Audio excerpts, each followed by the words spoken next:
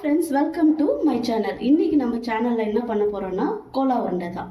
யூஸ்வலாக நீங்கள் நிறைய கோலா உருண்டை பார்த்துருப்பீங்க. இன்றைக்கி நம்ம பண்ணுற கோலா உருண்டை முற்றிலும் டிஃப்ரெண்ட்டானது. என்ன கோலா உருண்டைன்னு பார்க்கலாங்களா? நம்ம வந்து சொரக்காவை வச்சு ஒரு சூப்பரான ஒரு கோலா உருண்டை தான் பார்க்க போகிறோம். அதுக்கு தேவையான பொருட்கள் பார்த்துக்கலாம் வாங்க. சொரக்காய் வந்து நான் வந்து நம்ம இவ்வளோ அளவு எடுத்திருக்கேன். ஒரு 1/4 இன்ச்சு அளவுக்கு எடுத்திருக்கேன். அது நல்லா வேக வச்சு மசிச்சு வச்சுருக்கேன். கொத்தமல்லி, கொஞ்சோண்டு புதினா ரெண்டும் கட் பண்ணி வச்சுருக்கேன். ஒரு 1/4 கப்பு வந்து பொட்டுக்கடலை வச்சுருக்கேன். ஒரு 1/2 கப்பு வந்து துருவின தேங்காய் வச்சுருக்கேன். வெங்காயம் வந்து ஒரு வெங்காயம் எடுத்து வச்சுருக்கேன். அது சிறுசாக கட் பண்ணி வச்சுருக்கேன். ஒரு 6 பல் பூண்டு, ஒரு கொத்து கறிவேப்பிலை, இஞ்சி சிறிய துண்டு 1, ஒரு 5 மிளகா, காஞ்ச மிளகா எடுத்து வச்சுருக்கேன். உங்களுக்கு தேவைக்கேற்ற உப்பு போட்டுக்கோங்க. ஒரு 1/4 ஸ்பூன் மஞ்சள் தூள், 1 ஸ்பூன் கரம் மசாலா எடுத்து வச்சுருக்கேன். நீங்கள் வேணும்னா சோம்பு கூட போட்டு அரைச்சிக்கலாம். எனக்கு கரம் மசாலா ஃப்ளேவர் பிடிக்கும், அதனால் கரம் மசாலா எடுத்து வச்சுருக்கேன்.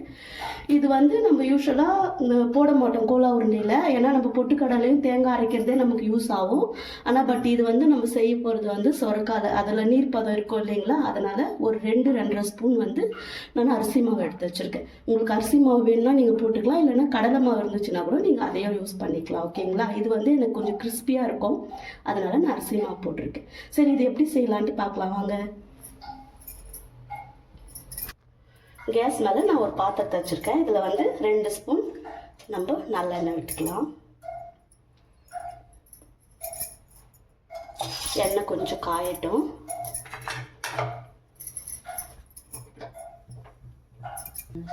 எண்ணெய் காஞ்சிடுச்சு. இந்த டைமில் வெங்காயமும் பூண்டு,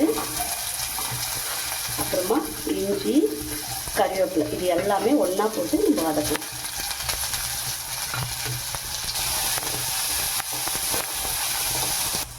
இப்போ வந்து பாதி வெங்காயம் வதங்கிடுச்சு. இந்த டைமில் நம்ம எடுத்து வச்சுருக்கா காஞ்ச மிளகாய் யூஸ் பண்ணிக்கலாம். உங்களுக்கு வேணாங்க நீங்கள் பச்சை மிளகா கூட யூஸ் பண்ணலாம்.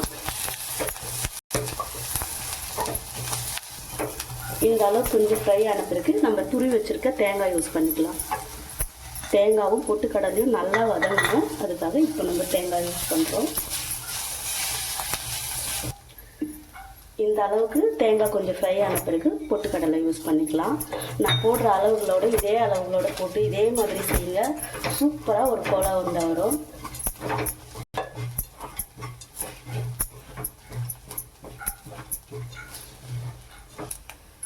ஓகே, பாருங்கள், இந்த அளவு கொஞ்சம் செவந்து வந்திருக்குங்களா? இந்த டைமில் நம்ம இந்த புதினாவும் கொத்தமல்லியும் கட் பண்ணி வச்சுருக்கோங்க போட்டுடலாம். இதை போட்டு ரொம்ப நேரம் நம்ம கிண்ட வேண்டாம்.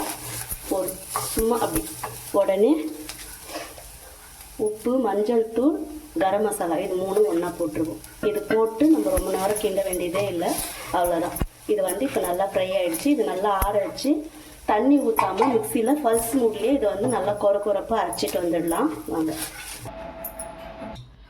ஓகே ஃப்ரெண்ட்ஸ், இங்கே பாருங்கள், இந்த மாதிரி கொரப்பாக அரைச்சிக்கலாம்.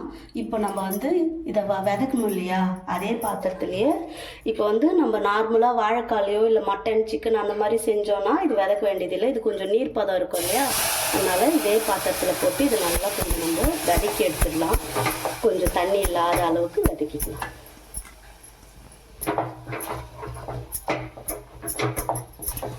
ஓகே ஃப்ரெண்ட்ஸ், இங்கே பாருங்கள், இந்த அளவுக்கு தண்ணி நல்லா உறிஞ்சிடுச்சு.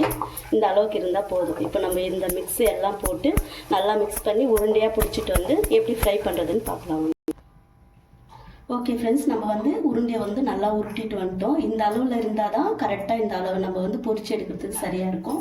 இப்போ வந்து ஸ்டவ்வில் வந்து நம்ம ஒரு கடாய் வச்சு எண்ணெய் ஊற்றி வச்சுருக்கேன்.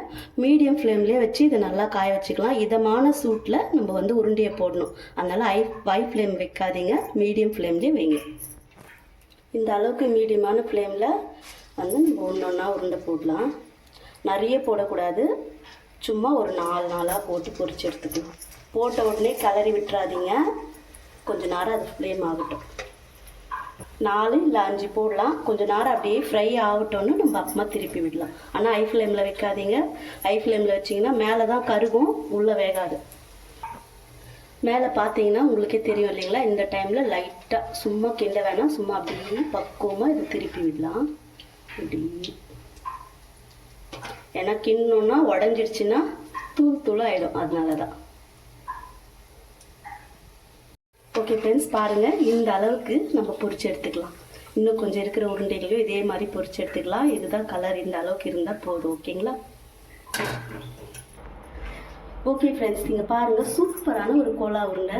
நீங்கள் இது மாதிரி ஒரு முறை ட்ரை பண்ணி பாருங்கள். ரொம்பவே சூப்பராக அட்டகாசமாக இருக்குது. உள்ளெல்லாம் நல்லா வெந்திருக்கு பாருங்கள். சுட சுட எத்தனை சாப்பிட்றோம்னே தெரியாது.